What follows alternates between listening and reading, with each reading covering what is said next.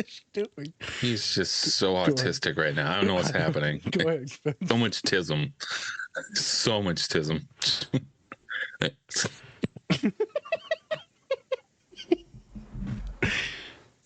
Hey, everybody. We back again. I'm Spencer. And of course, we have our licensed clinical therapist, Naz. Dr. Pineapple Nas. Wait a minute.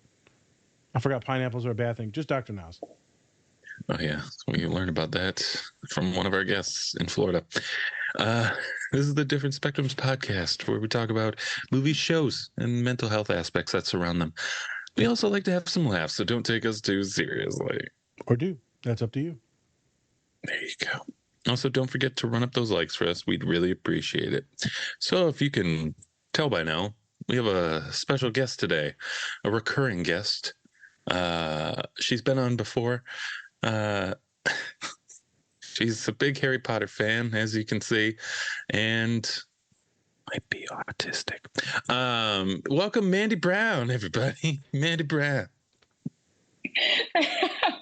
Hey, everybody. Greetings, Earthling.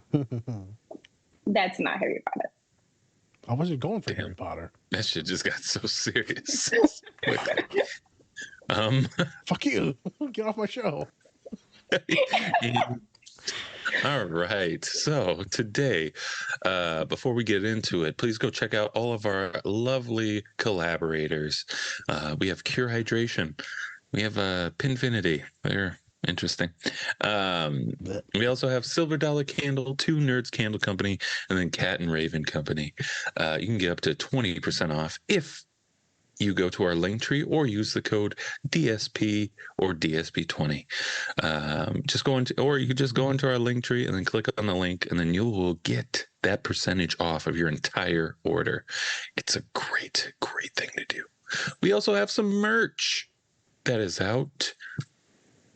Mandi's wearing it right now. Oh, look at that. Mental Health University. Look at that.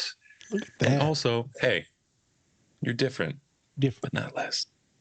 You're different, but some of y'all less, but most of y'all not. You average. You're different. And You know what? not If you're watching that the bad. show, you're not less. Just so you know, I'm going to correct that. If you buy it, you're gonna have less money, but you still gonna be different. All right, I'm done. With that, we are going to be taking a look at I was about to say Game of Thrones. We're going to take a look at Guardians of the Galaxy 3. We're going to be talking about representations of fear, trauma of losing all your friends, and then what does it all mean? What does it mean? And why do we keep on going? Yeah. So we're going to be doing that. Naz, anything before we get into the show? We're doing a lot today.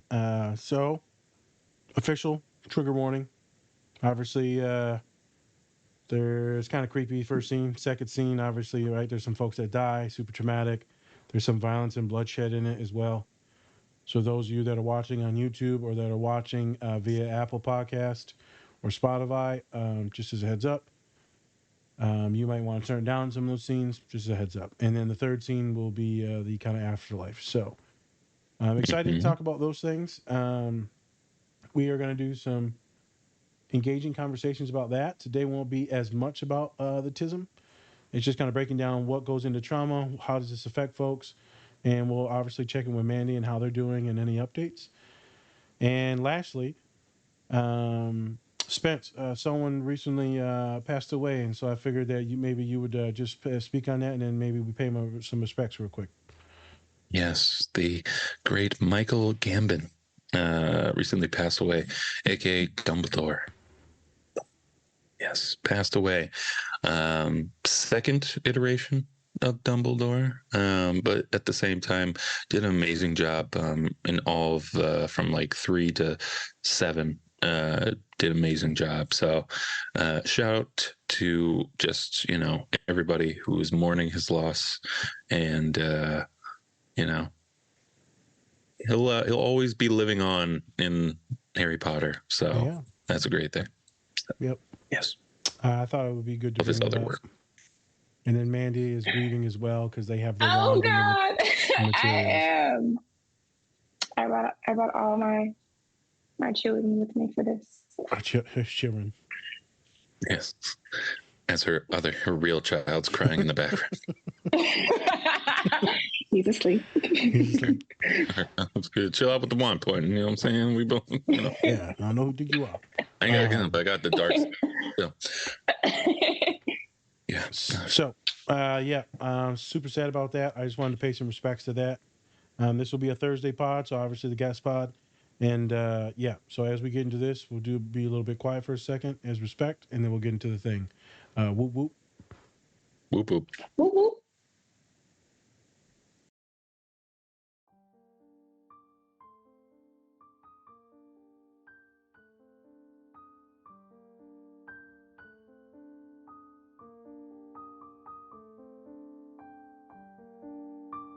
Hey everyone, I wanted to give a special shout out to our collaborator, Two Nerds Candle Company. Not only do they have great products, but they are also giving back to a great cause. You can tell that they take a lot of pride in making their candles. My favorite is Spock's Monday Coffee. They are also donating 10% annually to support Women in STEM, which stands for Science, Technology, Engineering, and Mathematics. You can use our code DSP or go to our link tree to get 20% off your entire order. We think that this company is great, and we think you will too. So go check them out.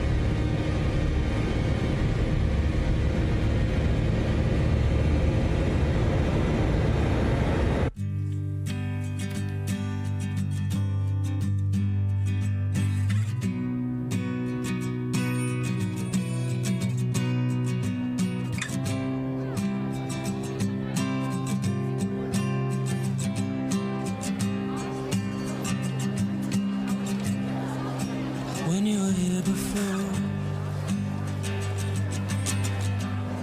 couldn't look you in the eye, just like an angel.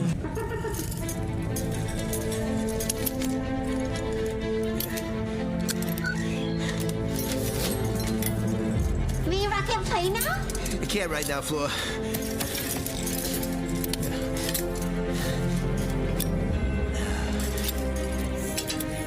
What are you doing? They are gonna set us free. Yes, they are, Rocket. We're going to the New World any day now.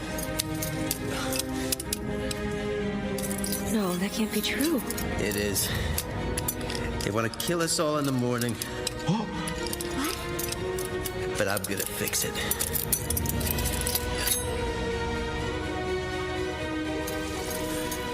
What is that? It's a key. I'm gonna use it to get us all out of here. I don't know if that's wise, Rocket. Me, Rocket, leave! Hooray time forever! Just down that hall, there's ships. I know. And if we can get to one, I can pilot it. And then we'll all fly away together. The four of us. Just like we always said, okay? Okay? Woohoo! Yippee! Rocket! Sky! Sky! Sky!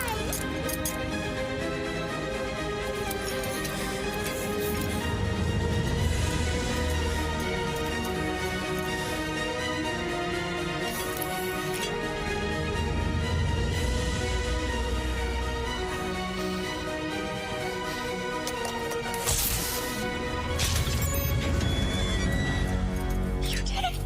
Yes! You did it! You did it! You did it!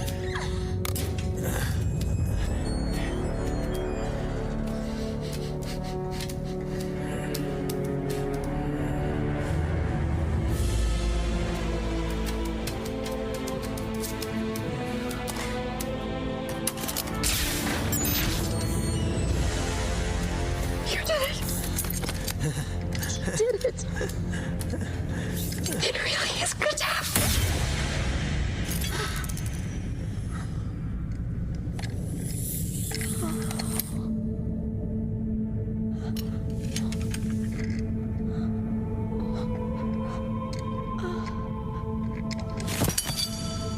Yes, I imagined you'd do something like this. Back in the cage, P13.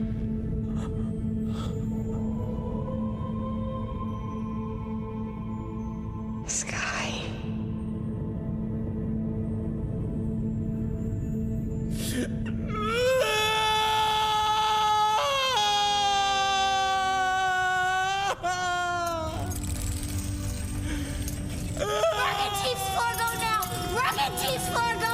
Q12 and P13 escaped from their pens. Q12 is neutralized, but P13 is still out, so I'll need assistance. Rocket Team Fargo now! Rocket Team Fargo now! Remember not to bruise its brain. Fargo now! Rocket Team All right, P13, you win the crying contest. Now back in the cage.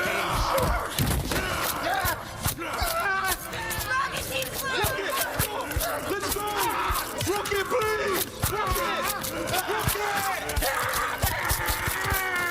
Down here! Hurry!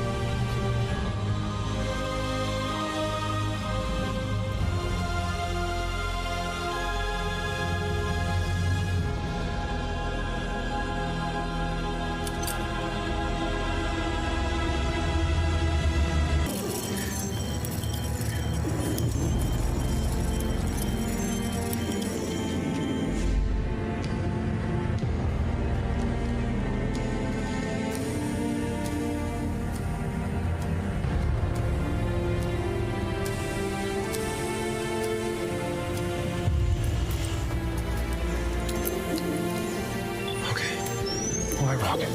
Go.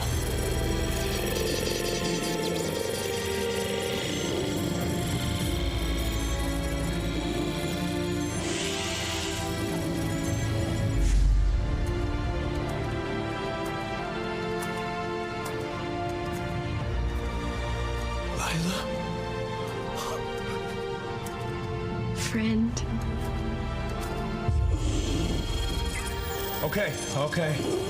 Okay, here we go. This isn't right. No, it's good. It's gonna work. It's working. It needs to be faster. I'm sorry. I'm so sorry. Rocket. I let you down. I got you killed.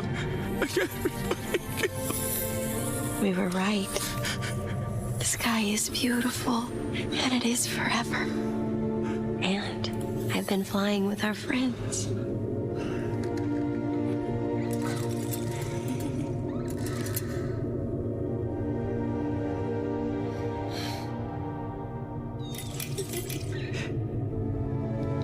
Can I come? Yes.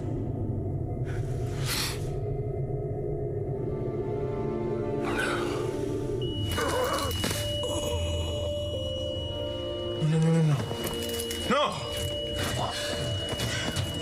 Come on! Quill.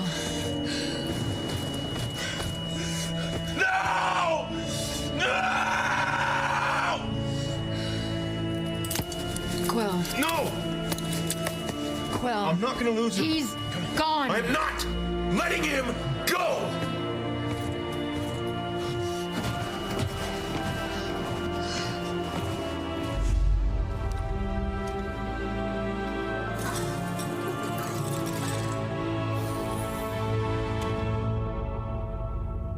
But not yet. You still have a purpose here. A purpose for what? They made us for nothing. Just stupid experiments to be thrown away. There are the hands that made us, and then there are the hands that guide the hands.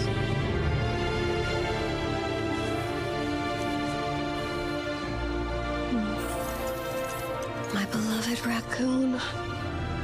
This story has been yours all along. You just didn't know it. I'm not a raccoon.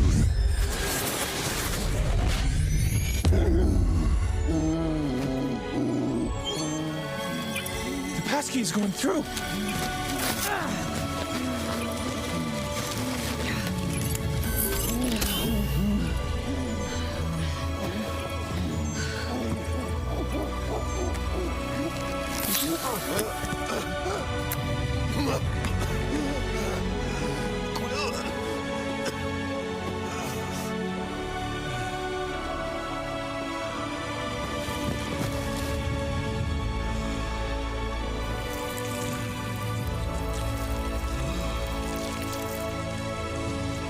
Hey everyone, before we get into the show, please check out our collaborator, Bubs Naturals.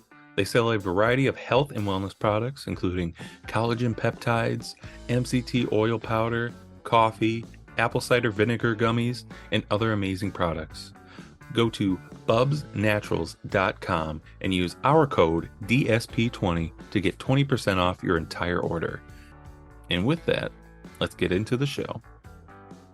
And we back. We're back and we're live.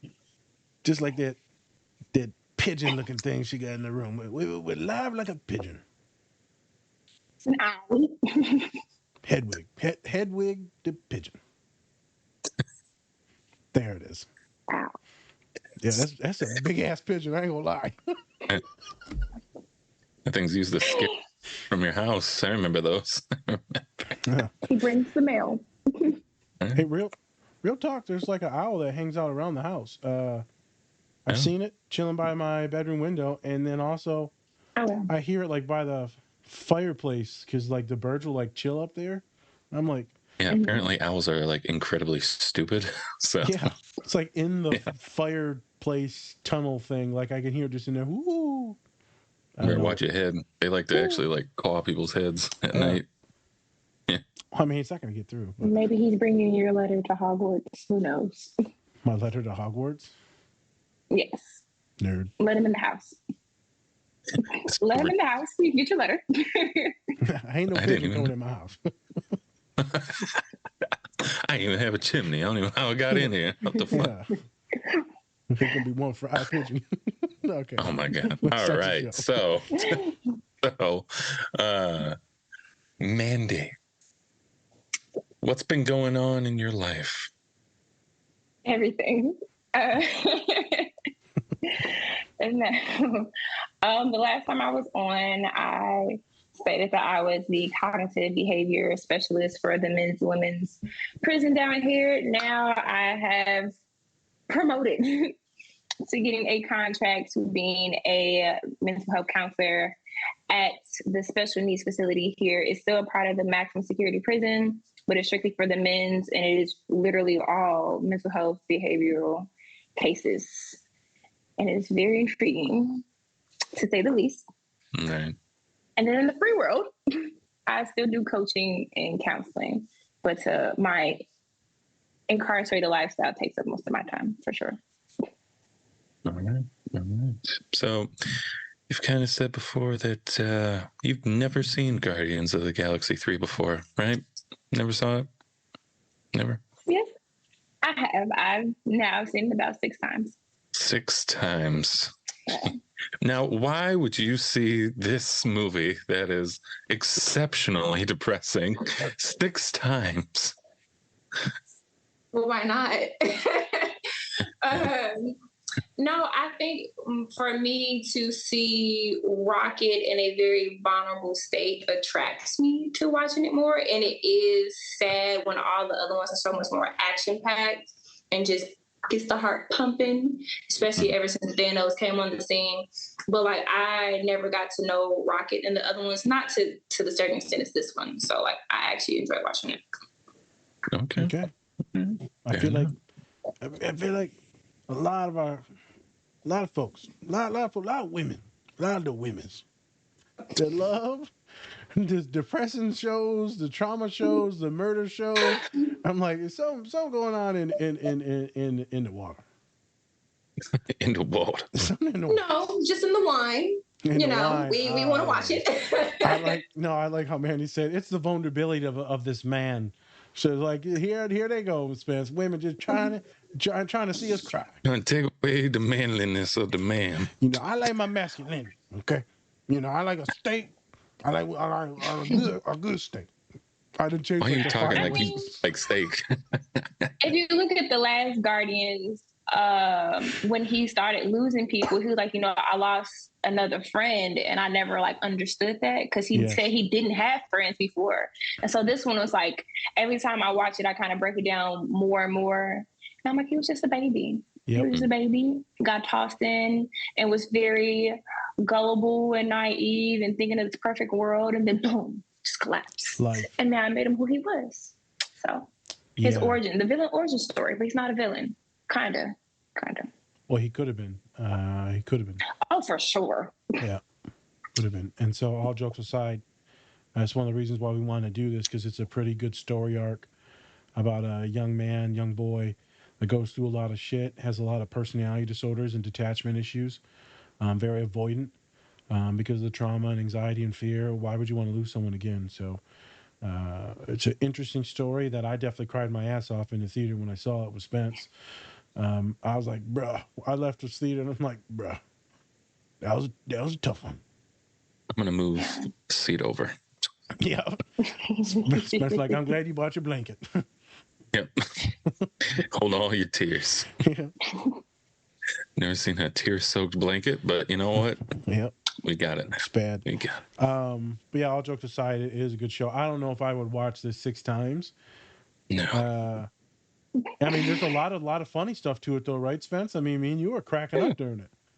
Yeah, there's some good parts. There's some really funny parts. I mean, that's a James Gunn movie. Always has like depressing shit in the beginning, and then just gets the funny out in the middle, and then splices in between of depressing stuff. So yeah, I mean, first one has Quill's mom dying, like literally right there with cancer, and you're like, yeah. I'm like, well, way to start a movie. Yeah. A true Disney film. The mom always dies, never fails. Yeah. R.I.P. Bambi's mom. Yeah. Marvel, they always killing the moms, but at least it's not black folk, because usually black folk. I don't think I've seen a Marvel movie with black people who actually have parents, to say the least. T'Challa. Thank you. Oh. Died. There we go. Yeah, they died. She died in the second one. The first one.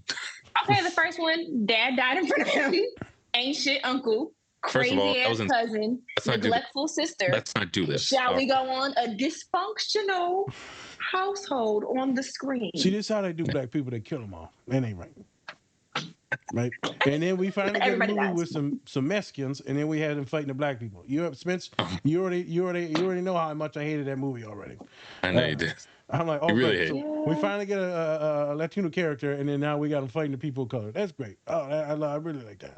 I mean, he didn't die though. 4 times to understand it. No, but he got his wings cut off, and he got burned, and then he got his ass whooped. They'll grow back. Anyways. So getting back to this. All right. So go ahead. Everyone knows what Guardians of the Galaxy is. I'm not going to explain it. It's fine. So first scene we have is the High Evolutionary. Literally the first scene is High Evolutionary grabbing Rocket as a little baby.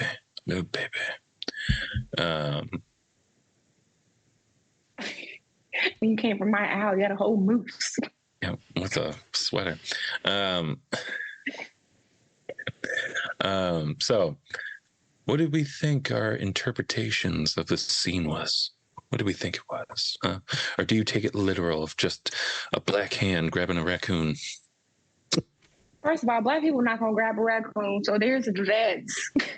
It's a high evolutionary. He thinks he's better than everybody, so he doesn't really fear anything. There we have it. And his face was not his face, so is he really black? See? It may not be. Blackface. All right. He's actually a robot.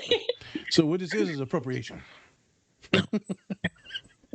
Oh my God. It's really the white man appropriating.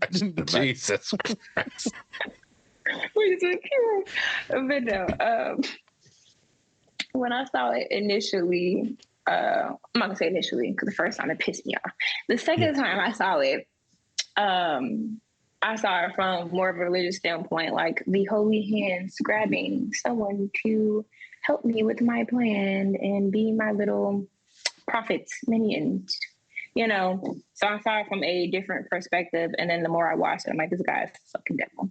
So if anything, I feel like the hands purposely chose Rockets and gave him insight and a purpose for whatever journey he was supposed to be on, because honestly, it drove him to stick up for himself, stick up for his friends, and to have a little bit more resilience.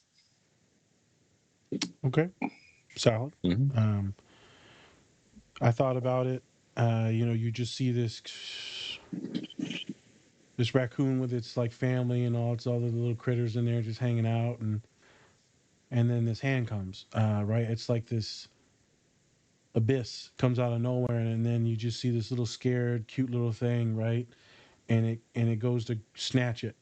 To me, it's pretty much the epitome of fear that most of us feel. Like there's this thing coming and waiting for us, and before if you see it, it's too late. By the time you see it, it's too late, and then it snatches you. And it takes you for a ride and a roller coaster of grief, trauma, anxiety, fear, danger, financial ruin, death, grief, whatever it is. I see it as something just snatching you from the happiness or joy that you had, from the life that you were supposed to live.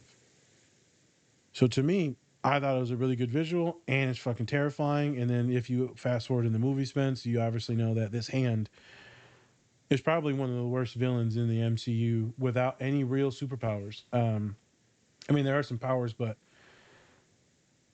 a lot of these a lot of these villains in these movies, they're like, oh, they're good, right? This dude's the devil. This dude is rotten. There is no like everyone thoroughly hated my dude, and ain't no one going to Halloween dressed up as my man. No. I'm the high evolutionary. It's just like, get out. No. I like hurting animals. You can hurt black folk. You can't Mexican. You can't hurt no animal now. Never gonna get over that movie, are you? Nope. Go see Wakanda Forever, folks. Yeah. It's fine. They die. As soon as we touch a raccoon, oh shit! We're now PETA on the line. Got PETA sandwiches everywhere. Yeah. So legit, I thought it was a very good representation. I think it'll make a very good reel on the pod when it gets to Instagram. And I think I'll chop it up in a couple different ways. Spence, you looking back on it, right? Your initial reaction, you probably were like me. What the fuck is this? Yeah. Who is this? Yeah. What do you think about it now? Seeing this goblin hand. Goblin hand. I mean, it's definitely. I think of it as like uncertainty, right? It's like good one. Kind of like what you said. We kind of have like that innocence at first, and then all of a sudden, life just kind of comes in out of nowhere and grabs you and makes you kind of realize that you have to like grow up fast, more than others, right? And so that's what we kind of see with Rocket. Like he's been through a lot of traumatic stuff, right? Just from this movie alone. But then you look at all the other movies, like, losing his family in terms of like the Guardians after the snap, and then just kind of and then losing Yandu too, because I think he saw him as like a very mature person, and he saw himself in him, right? Because they were the same, like that one scene that we did. Yeah.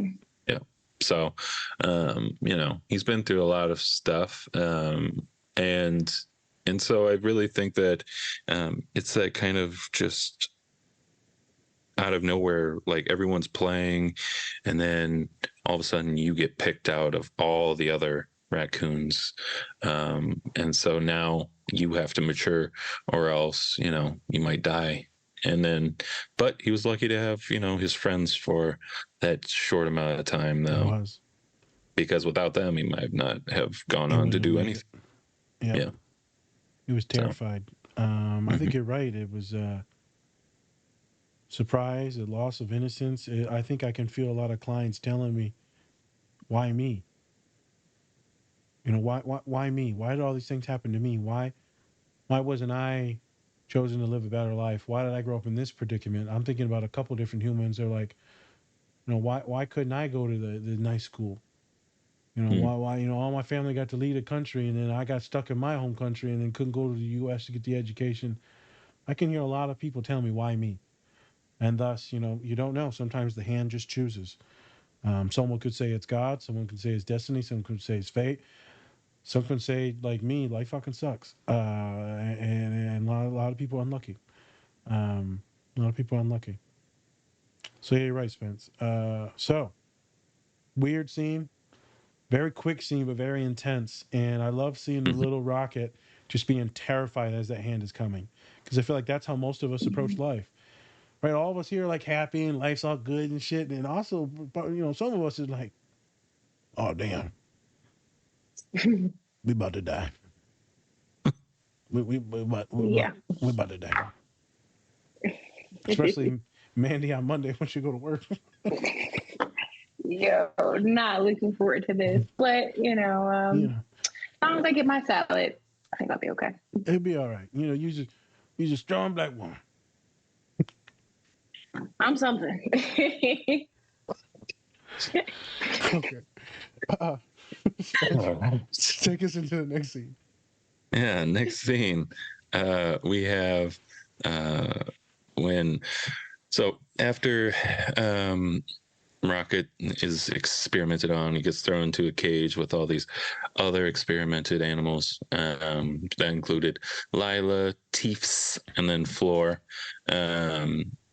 And so Rocket finds out that the High Evolutionary, after he created these new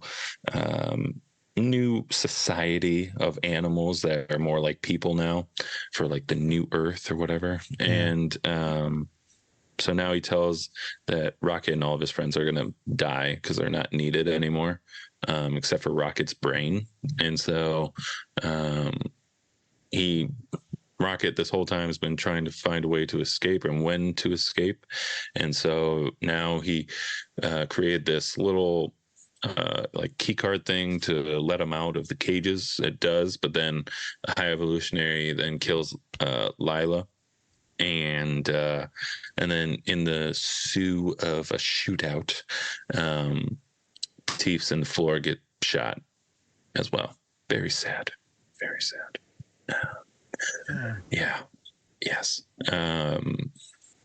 That's kind of like I do love the fact that in the phase of like the MCU and stuff, a lot of it was a lot of joking stuff, not a lot of serious content. But I love the fact that James Gunn kind of toned it down and made sure to kind of make it a very sad story, especially for a character that we've really grown to love, but yeah. And so with this scene, how do we kind of deal with losing friends, if at all? I mean, right now we're at an age where, losing friends is kind of tough to actually kind of foresee right now, but at some point in our lives, it's going to happen. So like, how do you kind of deal with that? How do you deal with that trauma of losing them?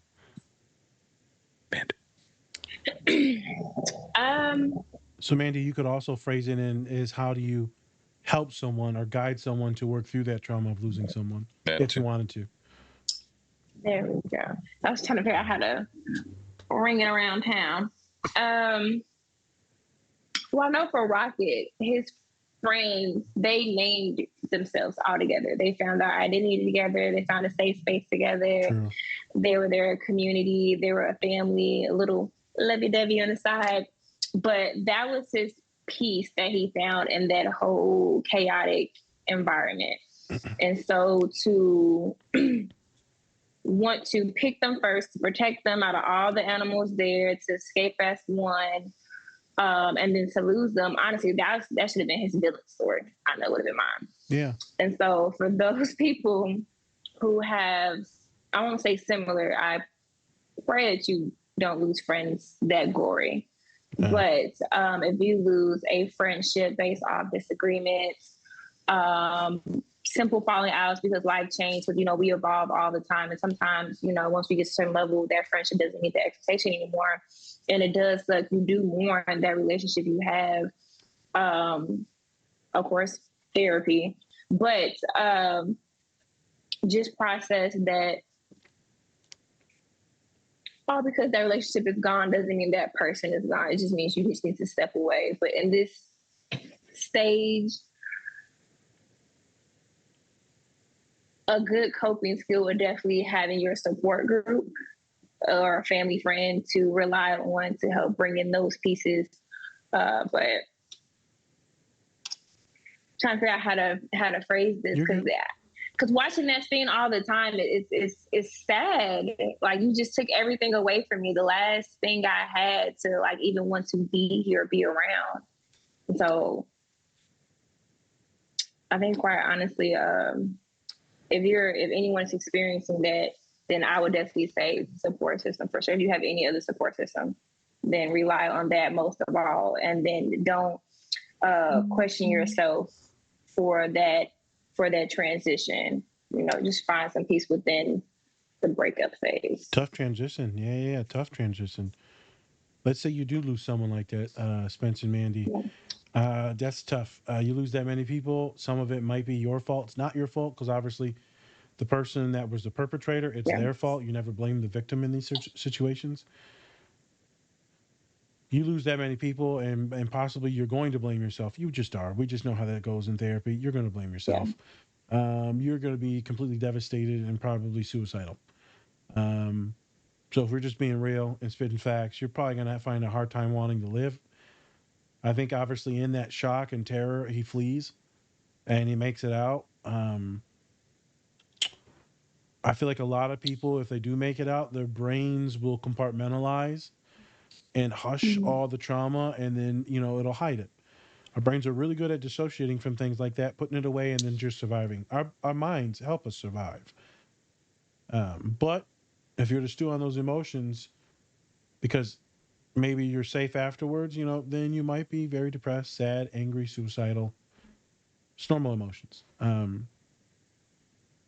Obviously, Spence, he lucked out because he found some people, right? And, it takes time. Highly intelligent, so he's super lucky because it's really not a child. This is like a genius in a child's body. Excuse me.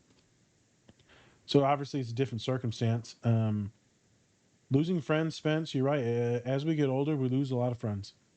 High school, you got a ton of friends. College, you're around a ton of people and friends. You're in your dorms. You're working out. You're going to study in the library. You're going to study in the library. We're studying. We're getting. I'm learning to read. I hope we're studying the library. We're studying real good. Anything nasty? Yes, second. I mean, calm down. Calm down. Nope. Don't even. Nope. Nope. Oh, I got my mind going. Don't do it. Don't do it. Don't do it.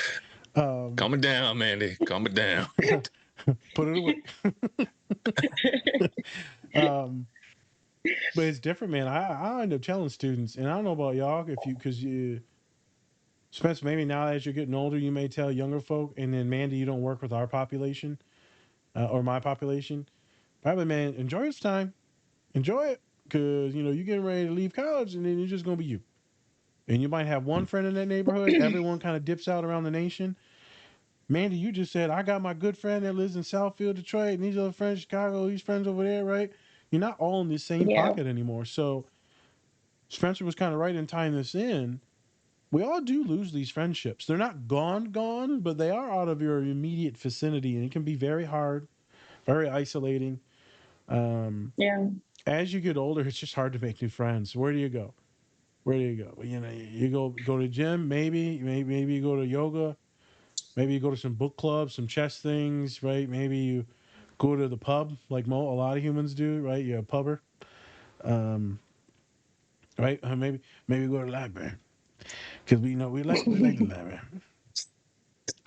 because they got the one section where that silent library ain't so silent anymore. That was actually, I used to love that TV show, The Silent Library. It was so good. Still out.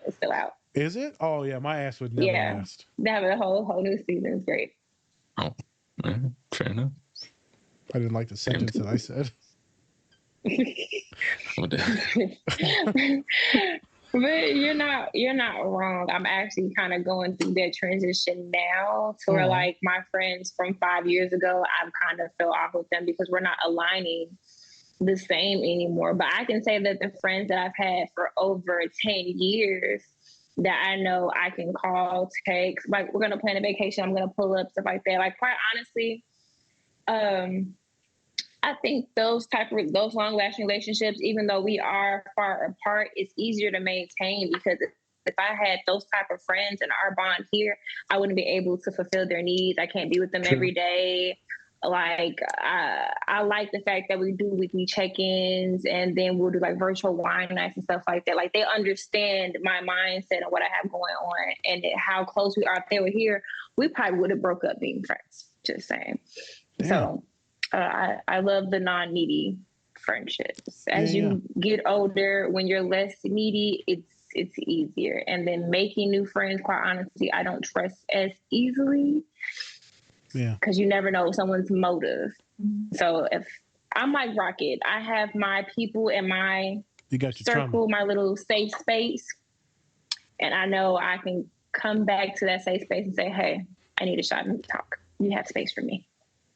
I'll keep it like that. And that's completely true. I'll want everything else. A lot of us operate like that. I'd like Spencer like to bring up that they randomly joined a podcast with us like a couple months ago, and now that we consider them as a friend, and now they're back. So like, I don't trust people easily, and then they're like back with us again.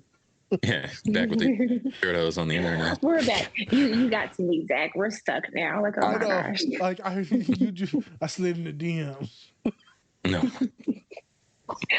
Facts. Like after that, we're stuck like glue. But I mean, looking at the social climate down here, I don't trust easily because I've seen just even within like a counseling setting, even a prison setting, how easy it is for people to turn on each other for something so small. So I am very cautious here. As one should be. It's not easy to make friends here. Yeah. No, I was only teasing about that. Most of us are cautious.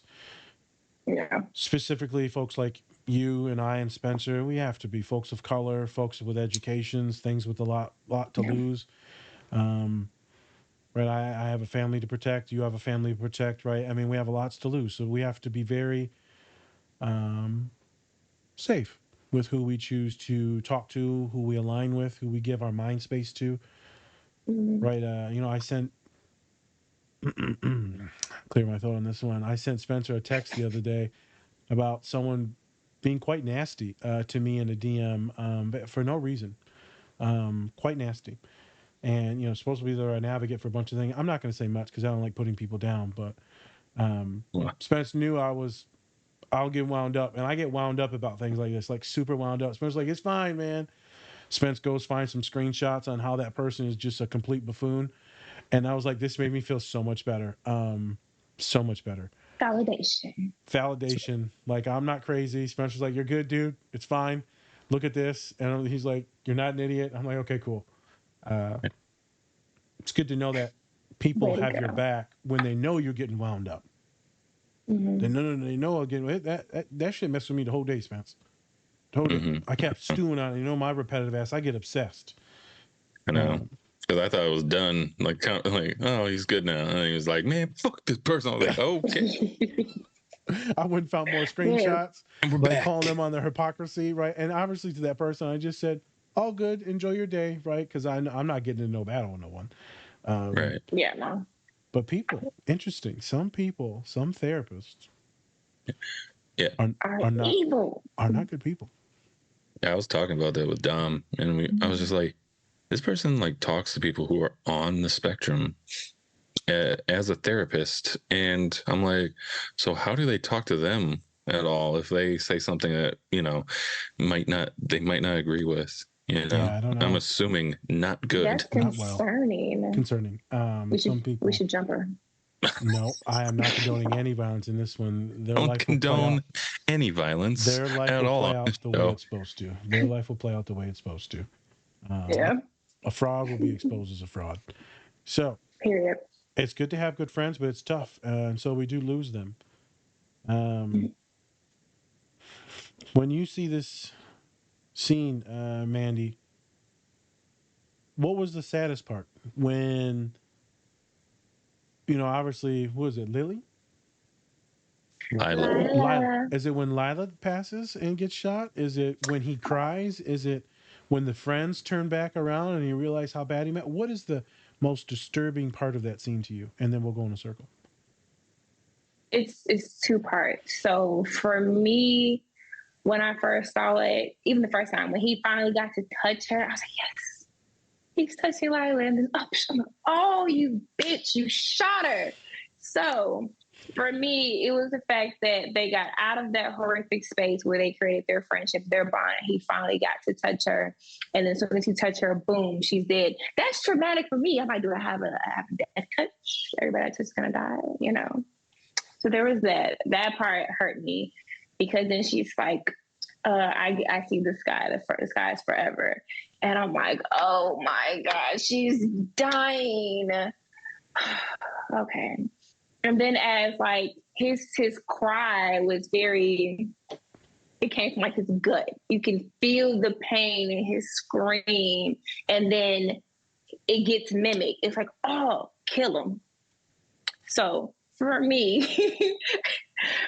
those two moments hurt the most when he touched her and got the embrace and she died. And then for him to mimic Rocket's grieving moments, his first grief. He gotta go. He gotta go. He gotta die. That's it. He gotta die. He gotta go. He gotta go. And that's why we have black women on the podcast. I mean, I would have did what Rocket did, but I would have probably clawed his throat. Just saying. I would have done him like on Blue Streak. I'll rip your eyes out. Right there. But you feel it. And then him making that call like, those are escaping, and don't forget if you're gonna kill him, don't hurt his brain. Right. Like all bets are off. Everybody got it up. Everybody. Spence, what about you, brother? What do you think was the toughest part?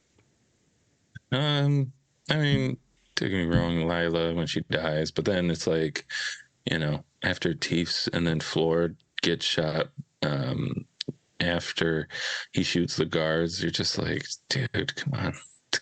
Because they had a chance to leave. I don't know if Teefs would have, because he seemed like he was kind of stuck in that place and just being like, hey man, don't make anything worse. It's like, dude, you're about to die. What are you talking about? Make it worse. Like, literally can't get worse.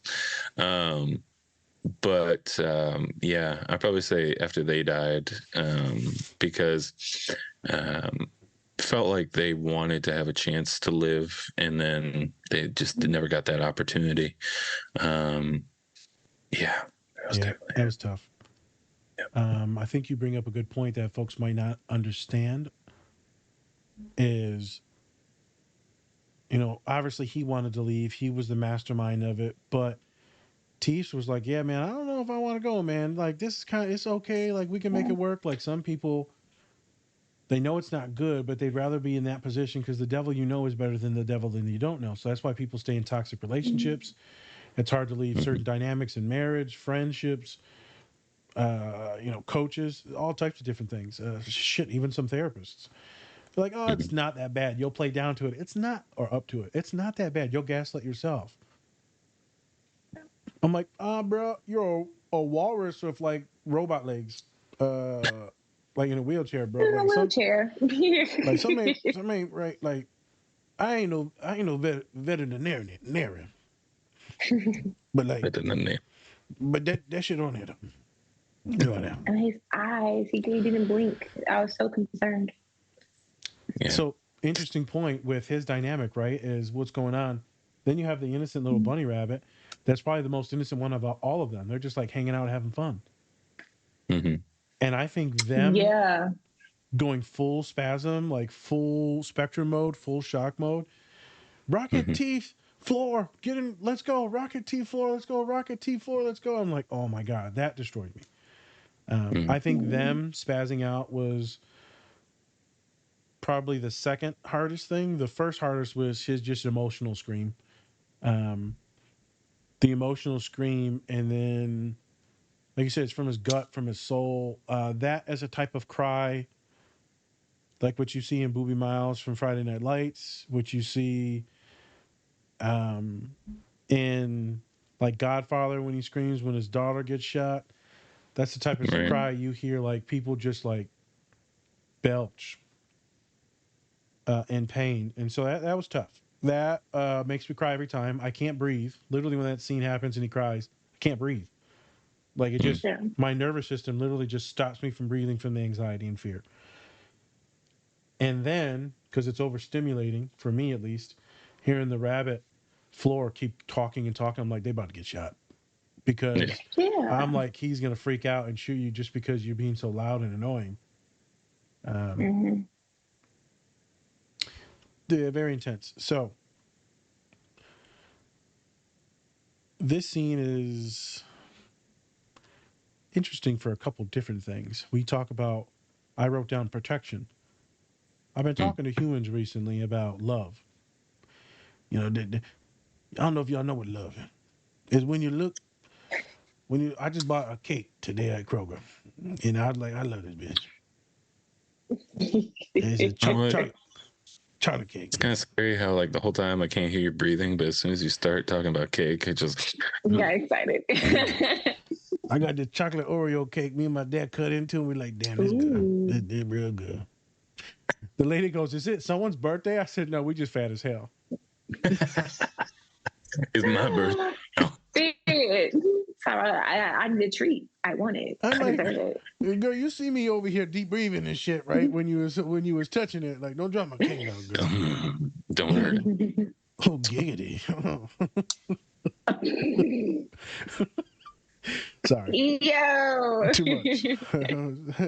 Is that a pie? No, I'm joking. And I don't even know what the hell I was talking about. Of course you don't. What was I talking about before I got in? Oh, love. Interacting with humans. Okay, love. So we're talking about love. And how I know I love someone is, and whatever. If you think this is too masculine, it is what it is. But the way I know it, the way I know that I feel something about you is I will feel protective. I will feel protective mentally, not always, not a physical thing, mentally. Sometimes it comes down to coaching and advising and mentoring. Sometimes it is physical. Sometimes with some folks, it's financial, right? Someone's struggling that I know, possibly. And then Pops was like, yo, if you need something, just let us know. And they're like, no, we're good. And Pops was like, hey, just let us know. I've done that for a few people that I deeply love. And this is what we call platonic love. This is what we call agape love, friendship love. So I know I get protective. And what Spence may know is possibly when I get triggered and I get like super protective and I can't do anything, well, then sometimes I'll just tank and cry. Because I have so many emotions coursing through me, then I'll just like fall apart. Right. So that's how I felt with Rocket. He loved them so much, he was protecting them. Let's go. Yeah. Let's go. That to me is one of the ultimate loves. He was willing to like sacrifice and martyr to get them out. So I wanted to bring that up, and I wanted people to think about what is this love thing? How do you know that you really like the person that you're with? What will you do to help them if needed? I think it's cool to think about that. Earlier, Mandii, you said something about your friends. You're falling out with some other ones, but you're close to someone's there and there. You do anything for some of these people, right? I'm like, man, yeah, Spencer would die, and I'd be like, Hey, Whip, I'll just go find another way. We will probably rush to his side. Come on now. You know what? It's another logic looking motherfucker around here somewhere. And milk the dust. Yeah. Oh my gosh. I'm like, I've met 30 mixed guys in my lifetime. Yeah. I know I would do a lot for my friends. Like one of them just got married, and I drove 10 hours to get to her wedding, and then turned back around after. And then my other friend, Tam, she's in Richmond. Her grandmother just died, so I'm going to bust that drive next week. Yep. And just to be there, I've been checking in with her like almost like every 3 hours. So I'm like, I'm not charging you. You can talk to me. Because they're like, oh, you're going to charge me for these sessions? No, not you. Maybe your friend, not you. Yeah. I forgot to do something. I apologize to this person. One of my boys, one of my road dogs, Moses, who went to the graduation, Spence, you met him. He just got promoted. He just got promoted to detective. It's some crazy ass shit. And his wife just got a brand new job working with the government. And I bring this up, right, because we grew up together, very poor. I'm not going to get into some of the traumas that we've been through together. And then, right, he got out of the Marines, did his thing, had a gorgeous little boy with his wife. And then he's an officer in one of the worst cities in the nation. And now he's a detective. And he just told us yesterday, and we're like, holy shit. For one, your ass a detective? Like, that don't make no sense. Motherfucker, you can't even read. It's just awesome to know that some people do so good. I brought this up because you said you drove. Well, he also drove to see my father and make sure that we were good for the graduation for the PhD. So it made me think about that, right? Friends will do certain things. Spencer's done certain things.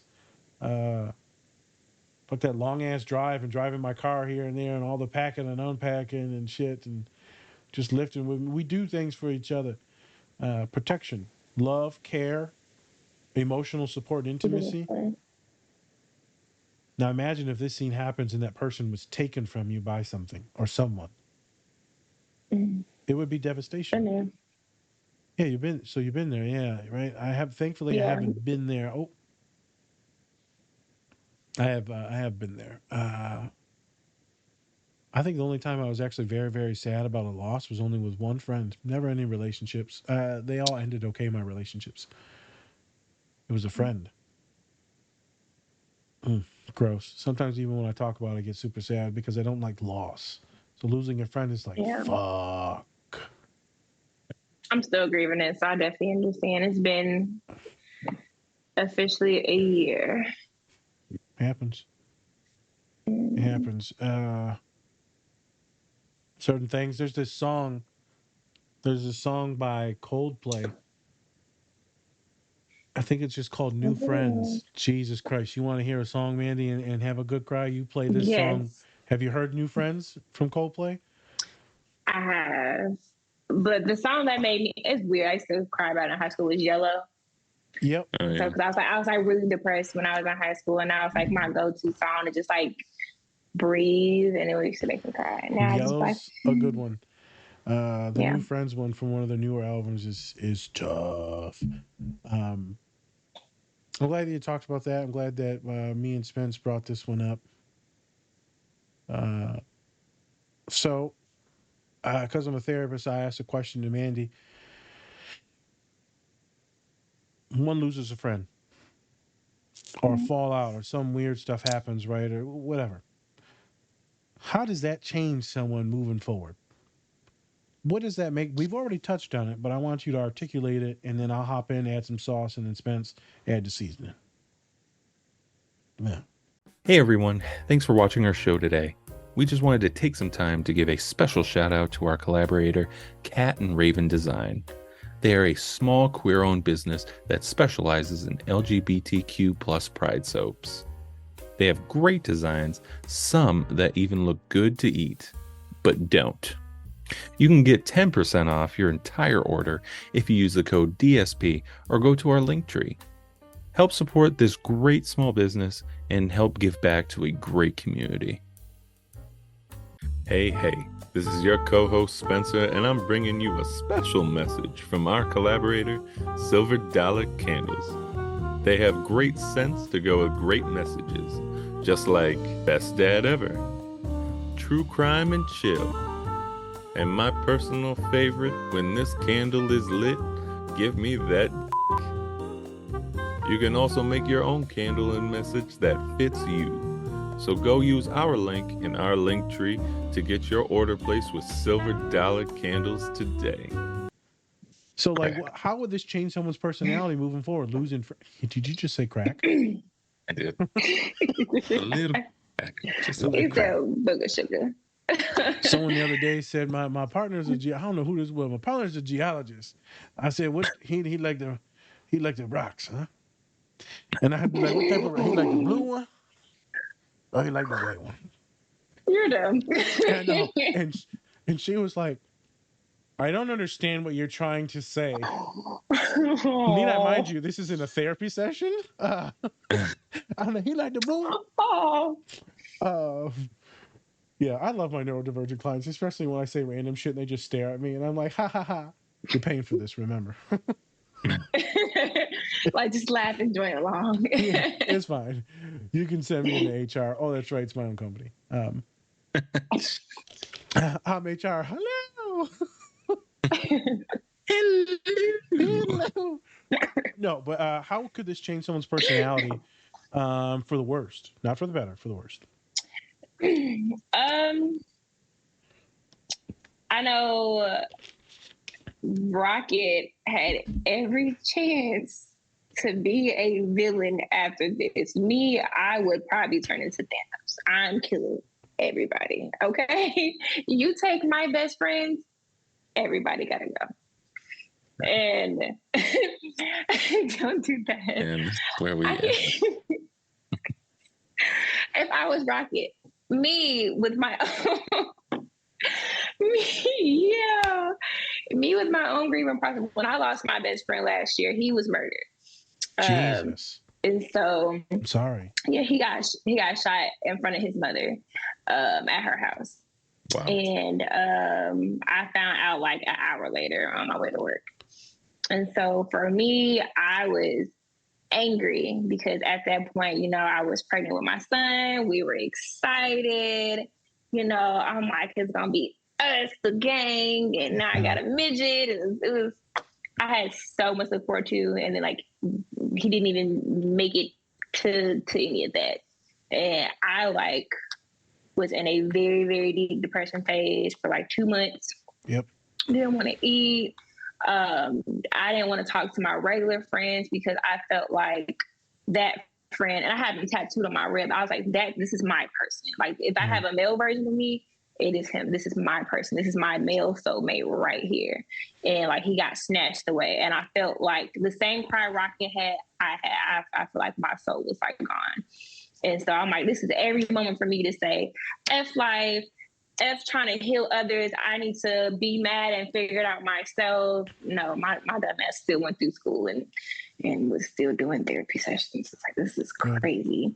But I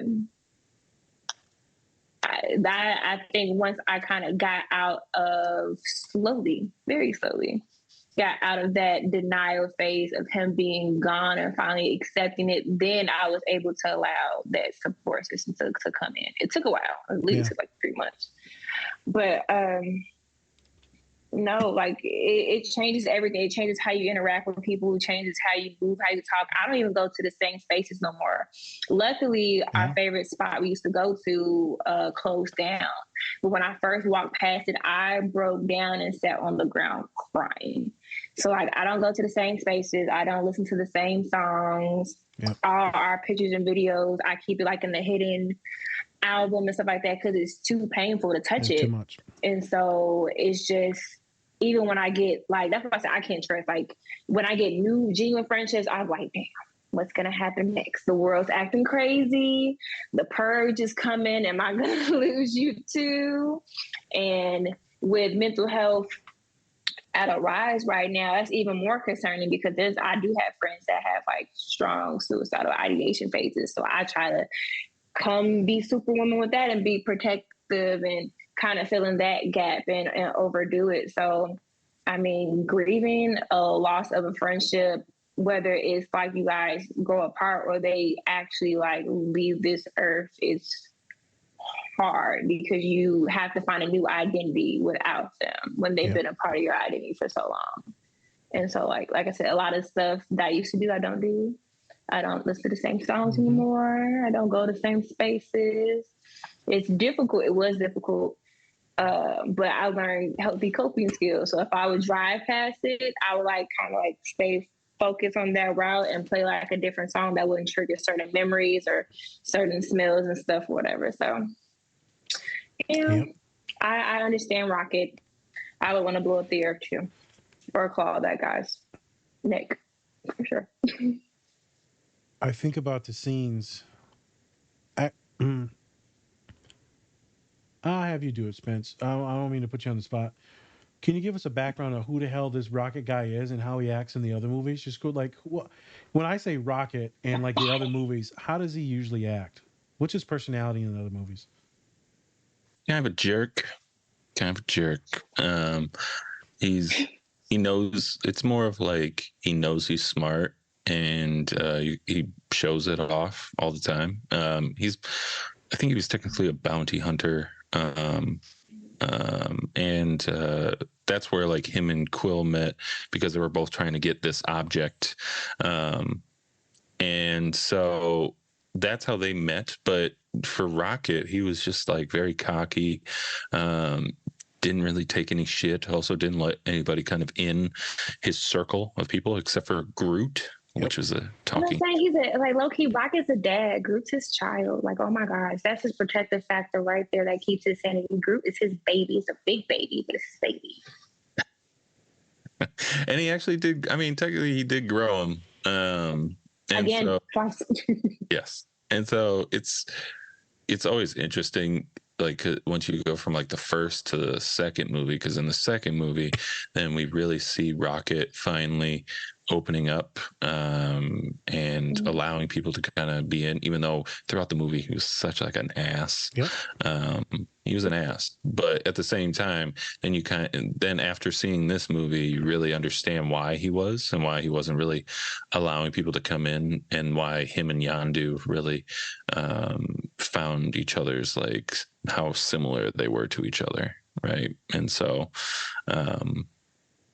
it's always interesting, and I thought it was such an interesting choice to kind of take Rocket out of the story in the beginning of the movie, even though we're learning new things about him and stuff like that. It's kind of interesting that we're that they kind of make sure, like, be like, oh, he might die,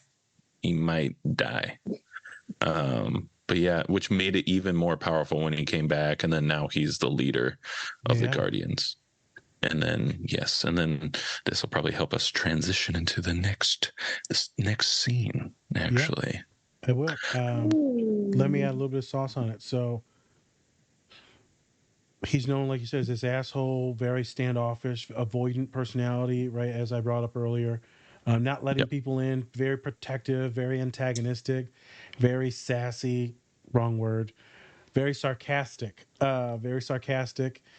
Some would say aggressive, passive aggressive. So you don't want no friends, don't need no new friends, right? It's me, Groot against the world vibe. Fuck everyone. I get it, because why would you want to have that pain again? You've already had friends. I don't need any more fucking friends. I had enough friends. I know what love is. Now I'm just gonna live my life. I already had love. They'll be like, well, you're missing out. No, I already had good friends. So it's like some people that I've done therapy with that have been married, and I have had my partner. I don't need another partner. It's years down the road. You can still look into having another. No, I'm good. Okay, hey, if you're good, you're good. But some folks are not good. So his personality, I think I'm actually going to repost that very powerful scene from 2 when Yondu was like, I know why you do this. I knew why you take things you don't need and you push everyone away that ever loves you because just a little bit of love lets you know how empty and lonely you are. I know who you are, boy, because you're me. Because when you cannot love anything or even yourself and so scared that as soon as someone shows it to you, you self-sabotage and you push them away. And then it's a proven prophecy. Oh, look, they don't actually want to be around me. No, you're pushing people away, you asshole. Stop acting like this, and then people will show you the love. But now people hate me and they don't want me. No. You're self-sabotaging. And then you're telling yourself that it's true. It's not true. So, before you could have seen him as a dumbass or ignorant or just annoying, but now you understand why. And it's because the pain is just as equal as his poor behavior with others in the previous movies. It's just pain. The pain is the reason why he acted like that. And I think many of my followers on here, our followers on here, many of Mandi's clients, maybe even herself at once, is no. I don't want to put up with it. I'm going to tell everyone to piss the fuck off, and I don't have time for it. I don't have the emotional availability for it. It's me against the world. Fuck you. Or I hurt your feelings. Go fuck yourself. I don't care. I don't care. Grow the fuck up. So it's a very good symbol of his story arc is this scene and why he became the empty shell that he was. Because the empty shell is just the reciprocal and the equality of how much love and how much was taken from him in the grief. So if folks want to know what it's like to grieve, this is it. You can go the empty way, you can go the villain way, you can go the extreme caregiver and protective way. There's really no, you can go suicide. You really don't know when you lose someone. And hopefully you have some companions to help you along the way. And maybe a year, months, weeks, couple years, things start to make a little bit more sense and you get more of your identity back instead of just the grief. The grief is not your identity. It's just something that happened to you. Hopefully that all made sense. I feel like that made sense, correct? Yes. All right. So, fucked up scene. I would like to say that I would have acted the same way after my partner was shot. But in actuality, I don't know. Because I might have just been stuck in my shock. But I've also been in situations to protect people that are being held at gunpoint, and I jumped. And so everyone else could get away. So maybe I would do something. I'm not really sure. I'd never like to say what I would do because you never know until you're in that situation and your nervous system takes over. So, all right. That's the sauce. Serious moment there. So, Spencer, let's get into this next scene and then let's have a little bit of fun with this one. Yeah, so fun. So in this scene, so the whole time throughout the movie, Rocket was shot, and so he's trying. So all the Guardians are trying to find a way to get this protective wear off of his heart, so that they can put this healing patch on, and so. They finally get the code to get rid of like the lock on his heart, or like the bomb or self-destruct on his heart, and it's not working at first. And so and then we kind of see the scene where Rocket is in like this heaven, we'll call it, or in the afterlife, or he's about to be, and Lila, Teefs, and then Flora's there to kind of welcome him. But then she says that it is not your time yet. It's not your time yet. And how the story it's been about you the whole time. Which I was like, and then you look back and you're like, yeah, I guess it was. wasn't about Peter Quill. Fuck out of here. Yeah. It's never really about the white man. It's never really about the white man. It's about the animals in the story. The raccoon. The raccoon. Or what we call trash cans. They have a mask on their face. And then they're talking, and then after Lila kind of tells him like it's not your time yet, then the code starts working, and it's kind of interesting because it's like, was it because he finally found that will to live, or was it because Lila told him that, you know, this isn't your time yet, and he just kind of listened to her, or maybe his body was just finally healing. You don't know, right? You don't know.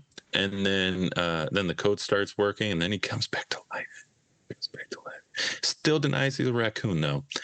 He'll deny that until he saw it on a plaque.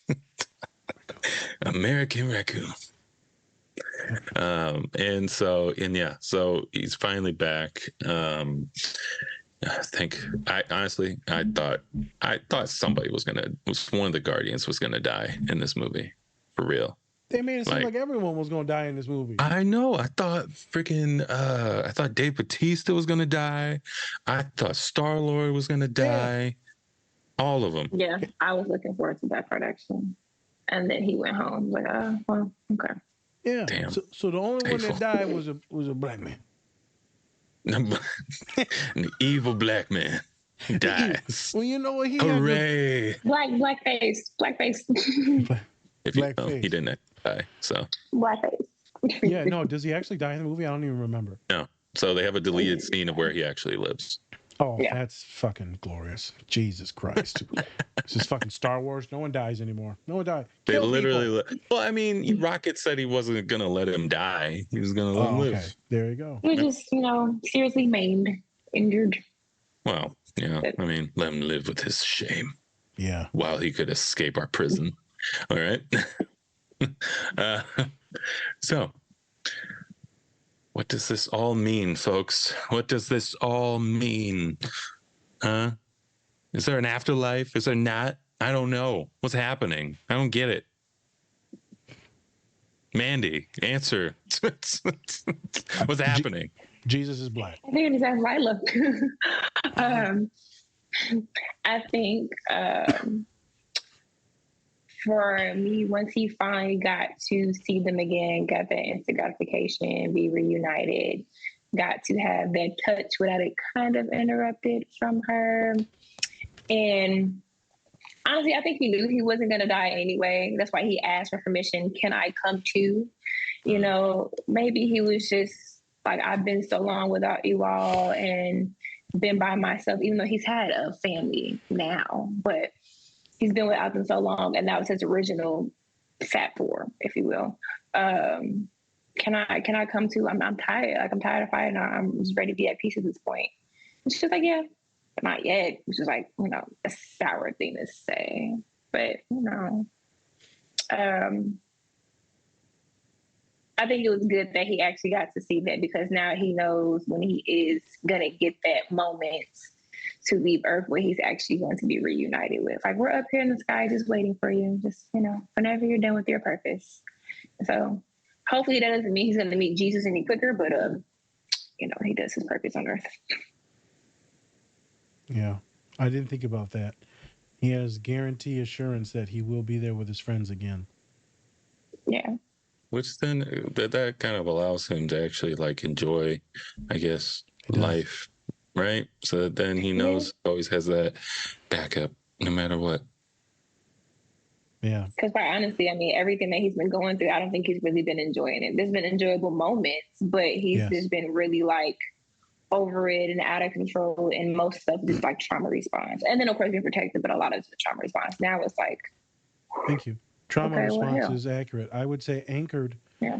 His life and his soul, his entity, his mind. His nervous system has been anchored from the past and the misery and the abuse of before. Spence, this reminds me of a scene that we got to do in Gladiator and that is one of the most horrific scenes for me to watch ever. It's just so triggering. Obviously, when he dies, and then the queen, right, says it's okay, go, and he walks through the cornfields, and then it cuts to the next scene where his best friend, he covers this little wooden thing that he made in the dirt, and he said, "I'll see you soon, my friend, but not yet, not yet." It reminded me of the same thing. Not yet. I won't see you. Not yet. You're right. I guess I didn't think of that representation of that. That's why maybe he has more peace now, more happiness. Question for all of you. I'll go first on this. I wanted him to technically die and be with his friends.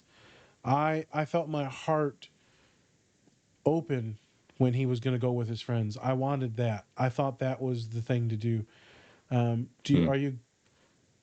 Does that make sense? Am I crazy, or did you want him to like stay alive? Because I wanted him to be alive. When I saw that moment, I'm like, I want him to be with his friends, his family. I think it makes sense. But at the same time, I also think that now he's helping other people kind of find their happiness, and then also helping protect others, you know? So yes, it in a way is kind of like a selfish thing in a way for him to like, you know, pass on and just be with his friends, because he has so much more knowledge and so much more protecting to do. And he also has a family now, that's still around. True. You know, in the Guardians. So like I get where you're coming from, but at the same time I think that Rocket made the right choice of coming back, because he has so much more to give. And it's not one of those things of like, maybe he could give, you know, maybe like, no, he literally is like a protector, and he's literally the guardian of the galaxy. Yeah, he's a guardian of the galaxy. So yeah, that's kind of my thoughts on him. I'm kind of the same. I wanted him to go. I was genuinely at peace with him dying, but in the back of my mind is, will Quill did just lose Yondu, and then met his dad in the last one, and then had to kill him, and then he lost Gamora, or his image of who Gamora was to him. And then if he lost Rocket, I think that would have been an extra grieving process that he may have not been able to mentally handle, because he's already was grieving the relationships that he had already lost. He was already an alcoholic in this movie. So he wouldn't have been, he wouldn't have been able to do it. I think his suicide ideation probably would have kicked in a little bit stronger. So I would have, as a fan, been at peace with Rocket going, because he's done so much for so long. He deserved, in my mind, to breathe. Yes. And his friends with his breathing moment. But the fact that he got to come back, I thought that was dope, because then he went back to the same space where he was found. And instead of it being a traumatic hand grabbing those raccoons, it was him being their savior and coming to get them and rescue him and saving the rest of the animals. So he got to change the narrative for all of them, plus those kids that were there too, and help them escape, and to, instead of start their journey like they did, what he did with his in a very horrific way, it's like, okay, let me just save you and bring you all the peace that I wish I would have had when I was in this type of space. So in the end, I mean, it was good that he's alive. I give it credit. I mean, you know, it pulled at my heartstring. I'm like, oh my God, he's dead. Well, yay, but no, but yay. And then he came back, like, oh, well, never mind. It's a yay. So yeah. When they waved, and don't get it twisted, I obviously picture all of them as being super weird and innocent and like neurodivergent in my mind. And when they wave, hello, oh God. Yeah. Oh, he's coming home. Because he's like, can I come too? And then the flatlines, okay, yes, just let him die. So, just let him go. You good? Go be with the people. Instead, he came back to life like a zombie. So. He is a zombie now. I think there's so many freaking scenes in this movie that made you want to cry. It was just like, what the fuck, James Gunn? What? And shout out to Chris Pratt and Bradley Cooper. Bradley Cooper killed it as Rocket.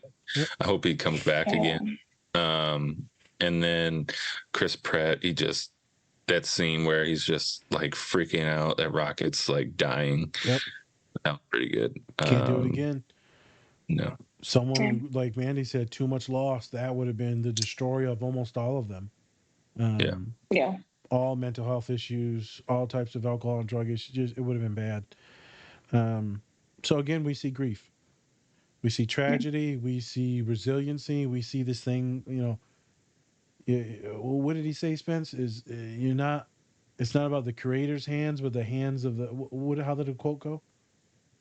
It's not the creator's hands. It is the hands that, oh my gosh, I lost it. It's the hands that guide the other hands. Yeah, something like that. Mandii was talking about how you believe that was more of a maybe spiritual thing, or maybe you were created by this evil individual, but there was something else, a greater purpose, higher than this evil individual that created you. I could see that. I think for me, I see that as only thing that makes it weird is because obviously there's like a romantic thing, but I could see that as a counselor telling your client or friend or loved one, aunt, uncle, whatever it is it turns out you are actually the creator. You were the original, the main person in this entire movie. Right? I thought it was my movie. No, it was actually, I'm just one small piece in your movie. And I love saying that to clients.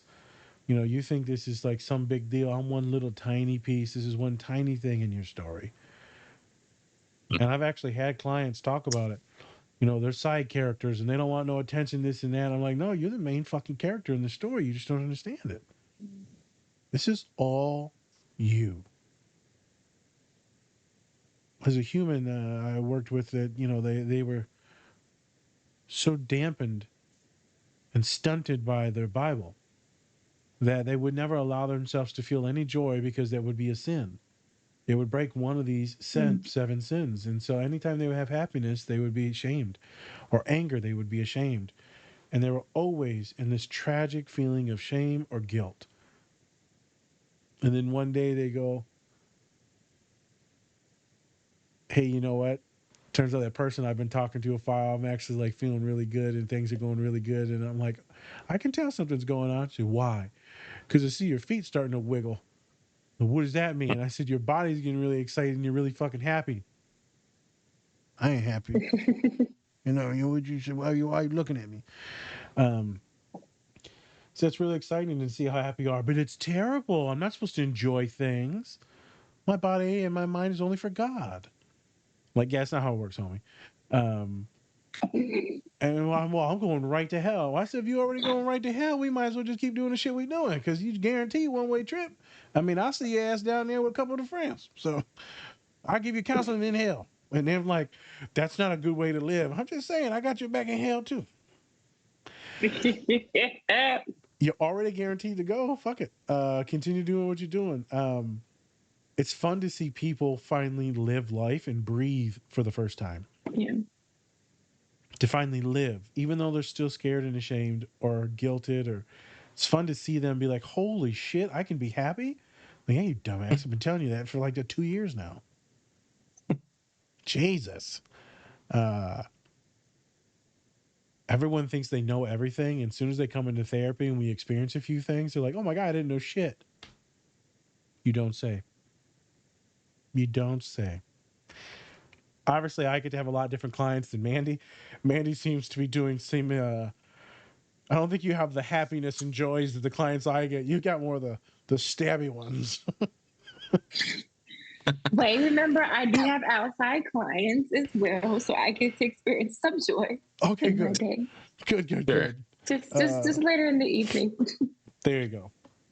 So I wanted to bring some attention to that is, folks, that you are the main character in the story. This podcast will be a side thing that maybe helps you figure out that it is your story. This is to be fun. This is to give you a visual. This is help you provide psychoeducation. But we are just one little tiny microscopic thing in your story.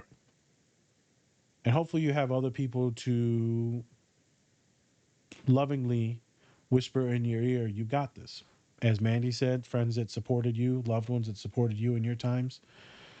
Spence, that I know that you've had multiple times throughout your life and in my life. There's certain things whispering you, telling you you can do it. Hey, are you a nerd? Do you like pins? If you're like any of our followers and you said yes, you should check out our collaboration with Pinfinity. They have Power Rangers pins, Transformers pins, and for all of our bronies out there, My Little Pony pins. Go check out our link tree or use our code DSP to get 20% off your Pinfinity order today. The funny thing is, it reminds me of the Dumbledore scene, right, with Harry Potter, because Harry has a question, Dumbledore's gone. Rocket's like, "Hey, I'm not a raccoon," and then he gets pulled away. It's funny how they love ending it like that little tease. What do you think that is, Spencer? Why do they do that? Why? Just like you never get your questions answered? I don't know. Why do they always tease us? Pretty much. I mean, like, it's always that kind of open-endedness, just being like, I have all the answers. Bye. It's just a mess with you. So cool. It's so cool. I'm a raccoon. But I'm not a raccoon. Yeah. It's like, just die again. You can ask one more time. Yeah. I'll give you the answer once you're dead. I'm like, oh, okay. Thank you. Yes. That mean you want me to? Yeah. Do you think now his heart will be more open to life, to vulnerability, now that he has come from all the trials and tribulations and conquered them? Do you think? I would assume, but do you think? I think yes, because he's already doing it with other guardians. And I mean, he literally brought on the one guy who almost killed him in the gosh, what's his dumb name?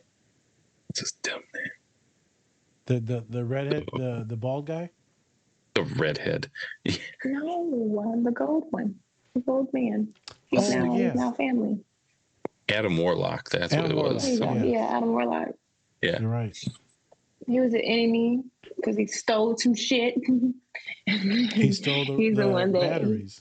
The batteries. Yep. But he's the one that actually put Rocket in the state that he was in. Correct. Yep. So he kicked everything off. And now he just, we're friends now. I killed you, but we're cool. How does that work out? Doing it because of the freaking asshole made me do it. The black guy. Well, yeah, now his mom is dead, so it's like, we can be friends now. Yeah, it's like, mom can't hold me back anymore. Question. Here it is. Their mom was good looking, right? She was good. She was gold with gold, but she was good looking. She was codependent and narcissistic. Good looking gold woman, if I ever seen one. You're 24 karat gold, girl. Bruno Mars has a song about you. Let me play it for you real quick. So, Mandii, you said she's narcissistic. Is she, or was she just being traumatized by that higher guy, whatever the hell his name is? Codependent. Used to be manipulated, but she was very narcissistic. Before he popped in the picture, the first film. Yeah. There you go. She was like a miniature version of him. So maybe that's why I'm attracted to her. Yeah. We're getting it today. We got Miss Library over here. Fucking gold member over here. I'm just going to peel off my skin and eat it. It's gold. There you go. I'm just saying, this was a wonderful story arc. I'm glad that we got to talk about this and some of the traumas, how it can affect people. Hopefully people can have a different or a better understanding of what trauma means, specifically how childhood trauma can affect you because he was so young, but also just losing someone, as Mandii said, later on in life and how that can affect you moving forward. These are difficult things and difficult times for many folks, and it's very common, and thus that's why we're talking about it. I will add this, since we did not talk much about autism. When someone on the spectrum loses someone, like, they're not, they don't look sad or they're not doing this or that. You don't know what that person is thinking, right? They just may not show the physical affect of it. So don't judge too hard.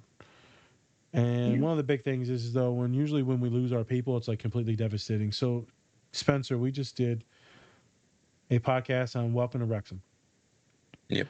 And you remember when she said the daughter, the COVID happened, Mm-hmm. they couldn't do soccer no more. She said it's pretty much like she was severely mentally depressed and like messed up. I guarantee you, she was saying suicidal things. Guarantee it. Mm-hmm. Because you lose something. Ooh, I'm sure that's going to be loud on the podcast. Just hit the microphone. You lose some. Yeah, they're going to be like, "What the hell?" Someone's probably going to be driving. Jesus. So I'm driving I-95 and then autism.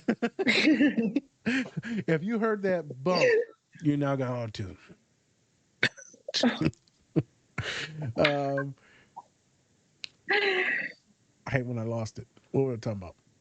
Oh, when folks on the spectrum lose someone, it can be extremely devastating to lead to very intense feelings. So everything that we've talked about magnified. And so that become a very obsessive, compulsive, it could be very suicidal, it could be everything that we talked about intensified. So those of you that made it to the end of the pod know that check on those who are neurodivergent when they lose someone. Check in. Obviously, I'm not trying to generalize to everyone, but please check in because it could lead to more looping and spiraling compared to other neurotypical individuals. That was the last thing I had. Mandii, did you have any Tabasco you wanted to put on this? What, you got any? Yeah. You got any tapatio you want to put on this?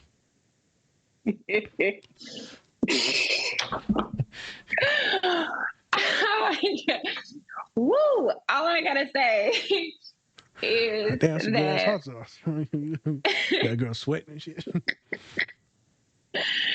Ooh, Lord, I gotta say is that despite any grief or traumatic event or situation you may experience presently or in the future, that you are still the captain of your ship. You can still change your trajectory. Feel those emotions, but do not dwell there because it is not healthy. And then when you do get over that hardening phase and begin to soften up, allow people to be there for you and hold you. And it's probably like the biggest thing, because I feel like now that Rocket did get that confirmation and everything, and then rescued everyone and then came back as one, I feel like his heart is going to be less hardened in the future. Yes.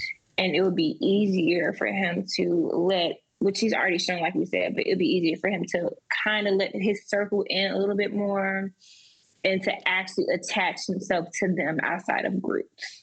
So he can actually create a bond with them outside of just, we're just saving the world and I'm the captain. Yeah. No, I actually care for you now. We're a family system. So be like Rocket. Okay. Yeah. Spence, you gonna let me hold you? Don't make that face at me, motherfucker. Let me hold you, motherfucker. You gonna like it. You can hold Dobby if you want to hold Dobby. Dobby? No. Yes. I don't like white man. He's a no. I don't like how his loincloth is almost coming out of his body. I don't like that. Get off my elf. His eyes keep on looking two different directions at the same time. It's very scary. I got those chameleon eyes. After I had that cornea scratch on my eye, I had the whole Forrest Whitaker like lazy eye going on. I thought it was attractive.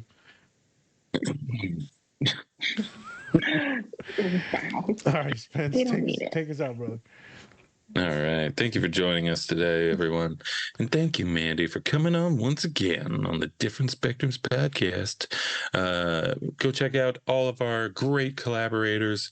Said them before. They're up there. Go check out our link tree, all on there. Also, remember, you are different, but not less.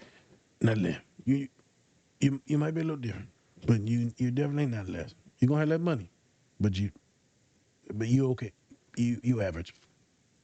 Yep. All right. And with that, I'm Spencer. That's Nas. This is the Different Spectrums podcast. All right, everyone. Much love. And remember, take care of yourself. Or don't. And that's completely up to you. All right. Take care.